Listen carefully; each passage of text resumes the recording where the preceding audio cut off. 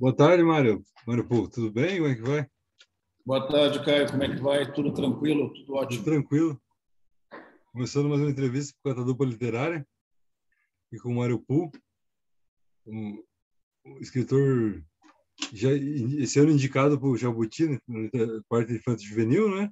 Sim, a surpresa do dia foi ontem, que saiu a indicação do prêmio Jabuti nas categorias, dos dez primeiros indicados, né, por cada categoria, e uma das minhas obras, que é O Vizinho Alemão, uma obra que eu lancei esse ano, foi indicada na categoria juvenil. Muito legal. Dados biográficos, Mário, tipo, nome completo, profissão, data de nascimento. Então, Caio, meu nome é Mário Augusto Pua, eu sou professor, na verdade, sou pedagogo, formado em pedagogia multimeios e formado em informática educativa. Eu tenho uma narrativa toda de construção, a minha vida profissional toda é acadêmica, né? Então eu trabalho há 30 anos em universidades, trabalhei em pró-reitorias, em direção de universidades. Eu sou mestre e doutor em educação na área da tecnologia e há 5 anos atrás foi que eu decidi começar a escrever literatura. Então, até esse momento todo, eu passei muitos anos escrevendo artigos acadêmicos e trabalhando com pesquisa, e fui concluindo, construindo todo o currículo em cima disso, né? Em cima dessa área. Mas a ideia de escrever literatura nasceu há 5, 6 anos atrás, com o curso, eu fiz um curso de escrita criativa na editora Metamorfose, aqui em Porto Uhum. Alegre, e a partir daí, então, eu não parei mais. Eu moro no Rio Grande do Sul, moro em Porto Alegre, sou casado, tenho 3 filhos e tenho hoje como a profissão de escritor ainda é um hobby, né? Ainda é uma atividade paralela. Eu sou hoje diretor de rede de escolas, trabalho com educação nessa área de rede de escolas e faço minhas inserções todas aí diretamente nos eventos literários, enfim, continuo trabalhando e publicando tanto literatura juvenil como literatura também adulta, né? Adulta, né? E como foi a sua infância, o primeiro contato com a literatura, Mário? Olha, eu nunca fui aquele guri que lê muito, porque eu tinha muito mais atividades de rua, que eu gostava muito mais do que ficar em casa lendo. Mas eu tinha na minha vida, na minha família, na minha casa, meu pai era uma pessoa que comprava muitos livros mesmo. Então, comprava muito livro técnico, enfim, enciclopédias, enfim. Naquela época não existia nada além dos livros, né? Não tinha nada virtual, nada digital, enfim. Então, eu cresci no meio dos livros. Nós tínhamos em casa uma biblioteca que era muito bacana, assim, ela tinha bastantes volumes, enfim, e eu li quase tudo aquilo. Eu lia livros de história geral, eu lia livros de tecnologia. Então, essa coisa pela leitura, ela me encantou muito, mas eu acredito que foi a televisão que acabou forjando assim a minha criatividade, muito mais do que os livros. Porque eu sempre via na possibilidade de filmes da época, enfim, reescrever histórias ou continuar histórias ou dar vertente a uma ideia de que poderia também estar escrevendo coisas parecidas com aquilo que eu via na TV. Da década de 70 era a década de 80, né? Que era um outro estilo Novelas, de cinema. novelas de Dias Gomes, coisas assim, não? Naquela época, exatamente. E com qual idade você começou a escrever? Eu ia perguntar, mas você já falou que foi há 5 anos atrás, então. Sim, faz 5, 6 anos. Vai fazer 6 anos agora que eu escrevi o primeiro livro, né? Então, o primeiro livro que eu escrevi foi no chamado No Nevoeiro, que era, na verdade, uma história a partir de uma releitura do livro O Pastor, de Frederico Forsyth. E aí não parei mais. E aí eu continuei fazendo. Logo em seguida eu já trouxe... Eu trabalhei muito com comunicação, trabalhei com televisão, eu fui diretor de TV, então também eu aproveitei nessa época para poder fazer algumas coisas nesse sentido, assim, onde eu sabia que eu podia estar contando com a arte da TV para ilustrar. Tanto que um desses livros, deixa eu pegar aqui para mostrar, um desses materiais que eu tenho, aqui. Esse livro aqui, chamado Parada 90, ele é um livro que surgiu justamente de uma série de TV que eu produzi. E a partir desse roteiro, dessa série de TV, a série foi produzida pela TV que eu dirigia na época, E o autor dela fui eu. Eu fiz toda a sinopse, o argumento dessa novela. Na verdade, era uma série, né? E com esse argumento, eu consegui depois, mais tarde, transformar ele num livro. Eu conversei com o meu amigo, que era o diretor da série, que eu já havia contratado na época para produzir a série. Disse para ele: olha, Maurício. Maurício depois se tornou até diretor da Globo, enfim, escritor da Rede Globo. Trabalhou em várias novelas, enfim. E alguns anos atrás, eu disse para ele: eu estou com vontade de editar esse livro, né? O roteiro, transformar o roteiro num livro. E ele achou a ideia fantástica. Aí ele também me autorizou, porque ele tinha escrito o roteiro juntos, e com isso eu lancei o livro. Em seguida, vou buscar um outro aqui,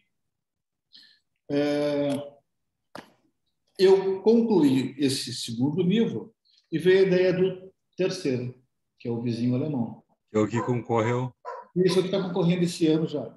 E nesse meio tempo, claro, eu produzi um livro em inglês, eu lancei um livro em Nova York, depois eu lancei um romance maior, que foi esse que você leu há pouco. O Antiquário, né? E eu tenho nesse meio tempo mais 5, 6 participações em coletâneas, né? Sem contar os livros acadêmicos, né? Eu continuo escrevendo ainda, estou lançando um esse ano ainda. Mas o meu corte mesmo agora é que o que eu gosto de fazer não é o livro acadêmico, é o livro literário, né? Então, é para onde eu estou indo, até porque eu penso muito na minha aposentadoria, e quando eu me aposentar, eu só vou fazer isso, né? Só vou ficar escrevendo, que é uma coisa que me preenche. E eu ia falar uma coisa que você acabou falando antes de mim. No livro O Antiquário, uma atmosfera cinematográfica nas passagens. A sétima arte te influenciou bastante? É exatamente isso que eu te falei. Até hoje, quer dizer, quando eu estou escrevendo o livro, eu estou pensando no livro como se fosse um filme, né? Eu não consigo pensar no livro apenas na questão. Talvez aí possa até haver alguma fragilidade literária nisso, que eu tenho que melhorar no futuro, mas a sequência toda, todo o roteiro, toda a forma como eu vou concebendo a construção da história, ela passa na minha cabeça como se fosse um filme. Então, isso para mim é significativo no sentido de que eu vejo aí a influência da TV agindo, né, muito forte nesse formato de organização que eu tenho, né? Muitas pessoas que leram um livro e me deram algum feedback falaram isso, né? Poxa, a impressão que eu tinha é que eu estava lendo uma literatura estrangeira, né? Até porque não se passa no Brasil, não tem nada ligado aqui. Ao mesmo tempo, eu me conseguia ver como se fosse um filme, né? Então, ele tem características bem fortes, assim, do roteiro de cinema. Outra coisa, eu também vi influência do Raymond Chandler. Tem bastante influência do Raymond Chandler? Não tem. Eu acho que tem influência ali muito de Daniel Silva, que é um autor que eu leio bastante, que eu gosto. Harlan Coben tem algumas coisas das questões de narrativa e diálogos do Harlan Coben que eu gosto bastante. John Grisham é um autor também que me inspira muito. Então, eu acho que a partir desses são os que eu mais leio, são talvez da onde vem algumas questões assim, de se for falar sobre forma, né, e modelagem da construção do livro.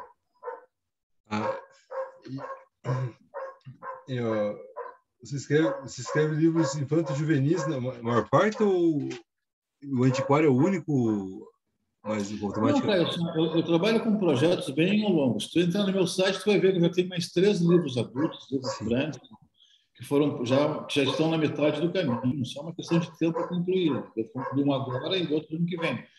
Então, assim, eu escrevo no mínimo, eu publico 2 livros por ano.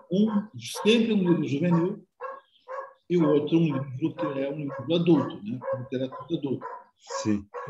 Nesse meio tempo, algumas coisas que eu vou publicando, vai surgindo. Eu lancei esse ano, deixa eu explicar para ti também, um livro que foi lançado, categoria Contos, o Conto dos Homens, é outro livro meu que está sendo lançado esse ano. Foi lançado agora na Feira do Livro em Porto Alegre. Então, reúne uma série de contos que eu escrevi ao longo dos últimos anos, aí eu reúni todos eles aqui. Vou deixar o link na descrição do vídeo do teu site já para poder adquirir. Eu ia perguntar não sei se é uma pergunta tola, mas o público infanto-juvenil para você é mais fácil ser atingido que o adulto, ou igual, ambos são mesmo? Para mim é mais fácil porque, como eu sou diretor de rede de escolas, eu conheço muita gente. O trabalho com a educação sempre me aproximou muito do público universitário, agora do público de escola fundamental, enfim. Então, os livros, quando eu escrevo, eu acho que é um livro que tem muitas características daquilo que eu gostaria de estar trazendo como mensagem do livro ou temática para ser abordada na história do livro, e que são temáticas que envolvem essa faixa etária, né?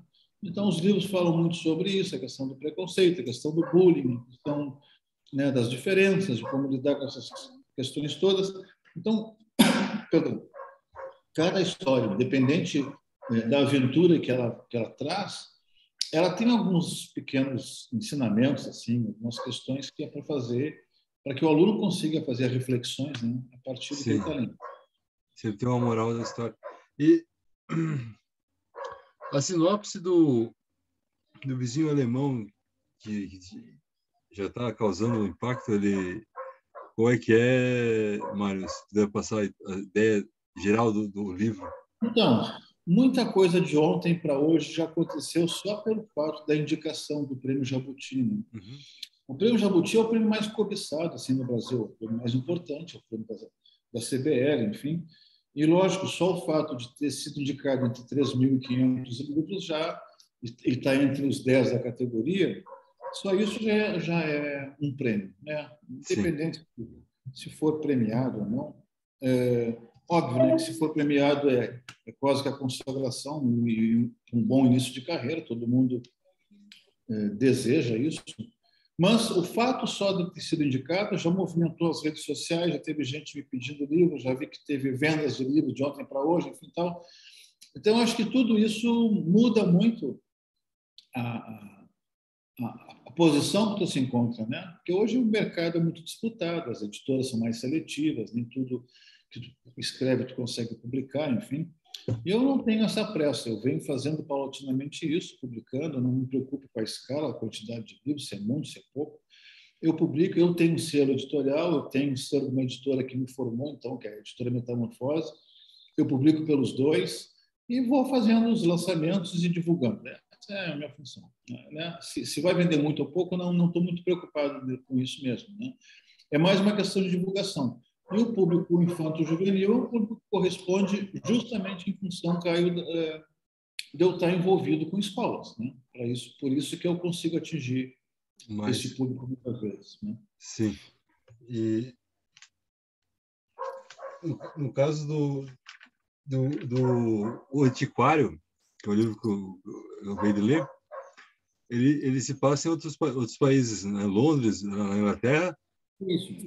Então, exigiu muita pesquisa para.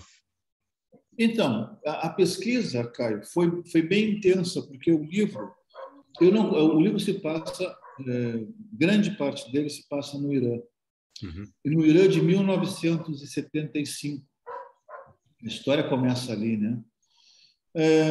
Um outro pedaço dele acontece na Europa, entre Inglaterra, Áustria.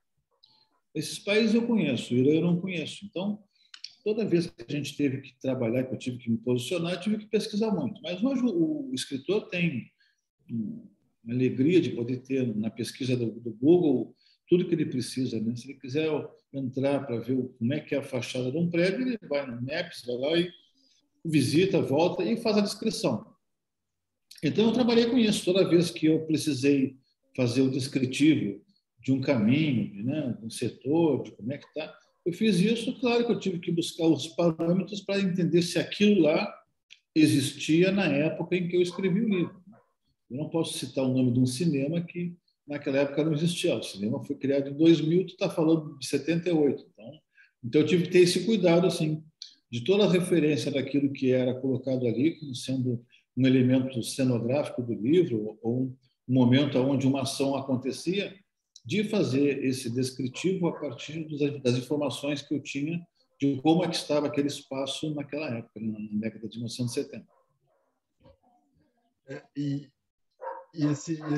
essa narrativa me pareceu assim, de uma forma ingênua, em comparação assim com há um pouco do Herman Melville há influência de Moby Dick, de coisas assim, não? Na narrativa, na Olha, forma do narrador, a narrativa em si, pois é, o que descritivo. acontece ali é que tem uma questão temporal, né? Tu imagina o seguinte, por mais que a gente possa tentar acertar, a narrativa em si, nos seus diálogos, ela imprime a necessidade de tu usar um vocabulário nos personagens que retratem a época, né? Uhum. Então, muita coisa que foi escrito, o grande desafio era esse, porque não havia a tecnologia que tem hoje, então não podia colocar na mão né, dos personagens telefone celular e outras coisas que existem nesse momento. Esse era um cuidado e, por sua vez, também a própria comunicação, o diálogo. Eu não vejo muito isso na forma do autor em si e de trazer algumas referências nessa relação que você fez. Mas ele tem um ritmo, assim. O ritmo que acontece é um ritmo rápido. Então, ele é um livro que tem muitas ações, né? Os capítulos são envoltos com ações, então a narrativa ela acalma e tranquiliza e explica alguma coisa, né? Mas a fala do livro em si, a propriedade dele, está nas ações entre os personagens. Então, é perseguição de carro, é corrida de um lado, é movimento do outro, sequestro de um outro lado, uma ação policial, uma abordagem. Isso tudo é o que dá velocidade assim, e talvez é o que prende a leitura. É um livro que prende bastante o leitor, no sentido de querer continuar para descobrir o que vai acontecer no próximo capítulo. Isso é excepcional, isso é uma qualidade rara. Fazer ganchos, né, cara? O tempo inteiro de fazer ganchos para que estimule a vontade de querer continuar lendo, né? Isso é uma coisa que se exercitou já na TV? Não, acho que isso é a própria ideia do modelo de narrativa que como eu te falei, o cinema me ajudou muito, a TV me ajudou muito, os filmes me ajudaram muito. Esse é um ritmo de filme, né? É um livro que Sim. ele tem esse ritmo. Então, se eu realmente me aprofundar demais no capítulo e utilizar 10 páginas para ficar apenas numa conversa de relação pai e filho, que é o caso do livro, enfim, e isso não desdobrar em mais nada ou não levar a uma outra ação no próximo capítulo que tenha mais ritmo, mais velocidade, mais apreensão pela leitura, eu vou estar fazendo com que o livro enfraqueça, né, essa sua condição. Então, tudo isso tinha que se resolver dentro dos capítulos, né? Então, toda vez que havia um conflito de relacionamento, seja de pai com filho, seja do personagem principal com sua namorada, seja o que for, aquilo tem que fazer parte também do momento. Então, eu posso desenvolver essa conversa ao longo de uma viagem, os dois estão dentro de um carro, pode estar até indo em direção de uma investigação, perseguição de alguém, eu aproveito aquele momento para que os dois tenham uma conversa, né? Mas tudo isso está impactado, está envelopado dentro de uma ação que tem mais ritmo, mais velocidade. E há planos do Pierre Lavoisier voltar numa próxima edição, no exemplo? Pois então, eu recebi muitos pedidos assim, né? O que acontece, Caio, foi que o personagem Calil acabou ficando mais forte que o personagem do pai dele, né? O Calil ele aparece como um personagem mais interessante, ele é um menino, ele tem uma relação muito clara com o místico, porque ele é uma figura misteriosa, então ele tem uma relação de dotação, em algum momento ele acaba se transtornando, ele vira uma outra pessoa, aí vira um assassino, ele mata friamente, enfim, como se estivesse em transe ou possuído por alguma coisa. Esses elementos todos deu a possibilidade de eu pensar num braço da história, né? Então, a ideia toda, não sei se é continuar com o Pierre, mas talvez o Calil, ele sim teria fôlego para fazer isso. Eu vi isso muito num personagem do John Grisham. O John Grisham criou um personagem, uma ocasião, que o menino era um menino que era um aprendiz de advogado, e ele acabou ficando mais forte que o principal. Ele criou uma série, sei lá, 10 livros com esse menino sendo protagonista. Eu já tenho muitas ideias para o Calil Lavoisier, né? E talvez o Pierre seja ou se aposente ou fique apenas sendo um apoio para o filho, mas aí o filho talvez possa fazer isso até de modo escondido, daqui a pouco fica interessante. O pai achar que o guri está estudando e o guri está fazendo investigação, enfim, e atuando do jeito que a gente viu ele, né, atuar. O livro fica em aberto, né? Porque pai e filho saem para uma viagem para cumprir lá uma missão que eles têm que fazer, que é resgatar a Nadine de uma gangue lá, de uma máfia em Londres, né? Então, é inevitável que eu continue, que eu faça a continuação dessa história e feche ela ali. Mas se eu fechar a continuação dessa história, com certeza a próxima não é mais com o Pierre, talvez seja apenas com o Khalil sendo protagonista dessas aventuras. Dentre alguns escritores que você admira e que você se sente influenciado, alguns que você queira citar? Olha, esses que eu te falei, para mim, são muito importantes. Harlan Coben é um cara que eu li bastante. John Grisham é um cara que realmente eu tenho muita afinidade com o que ele escreveu. Mas, assim, eu tenho alguns autores que são autores mais clássicos, né? Por exemplo, Federico Forsyth é um cara que eu sempre li muito, né? E eu gosto dos livros. São os meus autores da década de 70, né? Stephen King é um cara que sempre está permeado, né? A gente está sempre voltado para poder buscar Stephen King alguma referência. E aí li muita coisa também de literatura de ficção, de aventura. Então, J.J. Benítez é um cara que me chama muita atenção, um autor que realmente me movimentou bastante. E falar também de Dan Brown, né? É um cara que eu gosto, vejo meus livros muito próximos a essa corrida do Dan Brown, porque tem mistério para descobrir, tem fatos da história, enfim. Eu estou lançando um livro chamado agora O Estampador, e depois um outro que está sendo lançado, que é o Lacaio. São 2 livros que contam histórias a partir de uma ótica do realismo fantástico, né? Então, aonde se mistura gêneros, eu estou trazendo fatos da história que realmente aconteceram, na ordem que aconteceram, mas eu abro espaços para colocar ficção no meio deles, né? Um elemento então, mais. e aí tu vai instigando essa coisa a acontecer dessa forma. E todos planos para literatura infantil não tem. Olha, tu sabe, Caio, assim, eu talvez não tenha esse talento assim para infantil, porque ela tem que fazer tu poder entender como é que é o ritmo, os tempos, e eu não me dediquei muito a entender isso, a estudar isso, né? Por exemplo, eu sei muito dos ritmos e dos tempos da literatura infanto-juvenil, da literatura juvenil. Por quê? Porque eu me baseio muito, eu tenho muita relação, tenho filhos dessa idade, tenho um relacionamento com meus alunos, enfim. Então, escrever com esse ritmo se torna mais fácil para mim. A literatura infantil, eu tenho muitos amigos escritores da literatura infantil aqui em Porto Alegre, e eu me dou conta o quanto complexo é, porque tem toda uma outra relação da forma, da construção, da escolha das palavras, enfim, tal. Então, não é uma coisa muito fácil, não, porque ele tem que ser um livro que ele tem que falar muito em pouco, né? Em poucas páginas, em poucas linhas. Então, isso é uma propriedade que tem que desenvolver isso daí. Não, eu não tenho essa atenção para isso. Eu realmente vou ficar. Hoje já consigo me definir como sendo um autor juvenil e de literatura, né, de literatura de entretenimento. Isso, para mim, são as 2 classificações que eu gosto. E além da parte infantil que eu perguntei, eu queria perguntar: há projetos de roteiro para cinema, alguma coisa assim, ou não? Mas então, Caio, esse livro que eu estou lançando agora, ou seja, que eu fecho, que eu lanço no início do ano que vem, que se chama O Estampador, ele surge de um roteiro que eu escrevi para cinema há muitos anos atrás, há mais de 30 anos atrás. Eu recuperei esse roteiro e disse, vou transformar agora num livro. Muita gente leu o roteiro e disse, faz um livro, enfim, tal. A questão do roteiro é porque depende muito de se o livro vai entrar em produção ou não. Se o livro entra em produção, alguém se interessa, aí você escreve o roteiro, adapta ele e faz, né?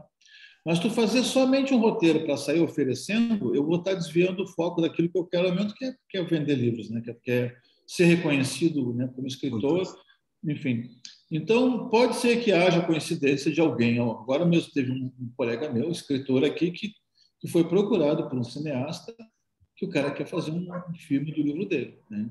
Ele nunca pensou nisso. Então, agora ele está pensando, está buscando essa relação para saber se ele vai escrever o roteiro, se vai entregar o livro para os direitos para que o roteirista, né, faça. As coisas vão acontecendo, né? Mas as aulas de escrita criativa com o Marcelo Spalding tiveram um impacto positivo na tua escrita? Completamente. Eu posso dizer assim, eu devo muito ao Marcelo, né? O Marcelo é uma pessoa que eu gosto muito, porque, primeiro, eu acho ele genial na proposta que ele fez, eu acho que ele tem hoje o melhor curso do Brasil.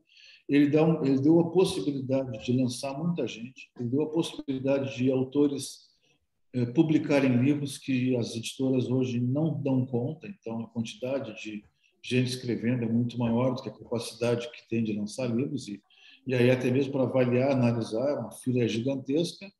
Aí tu fica no meio de uma fila por ano, ou tu nunca vai ser chamado, enfim. Então, mas o Marcelo ele desenvolveu uma outra forma, ou seja, né, o autor, pelo menos, ele banca os seus livros, enfim, tal, a editora também faz isso, e lança.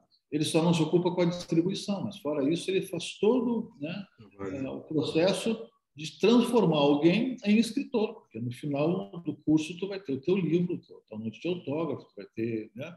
Então isso é muito legal, porque eu acho que isso tem.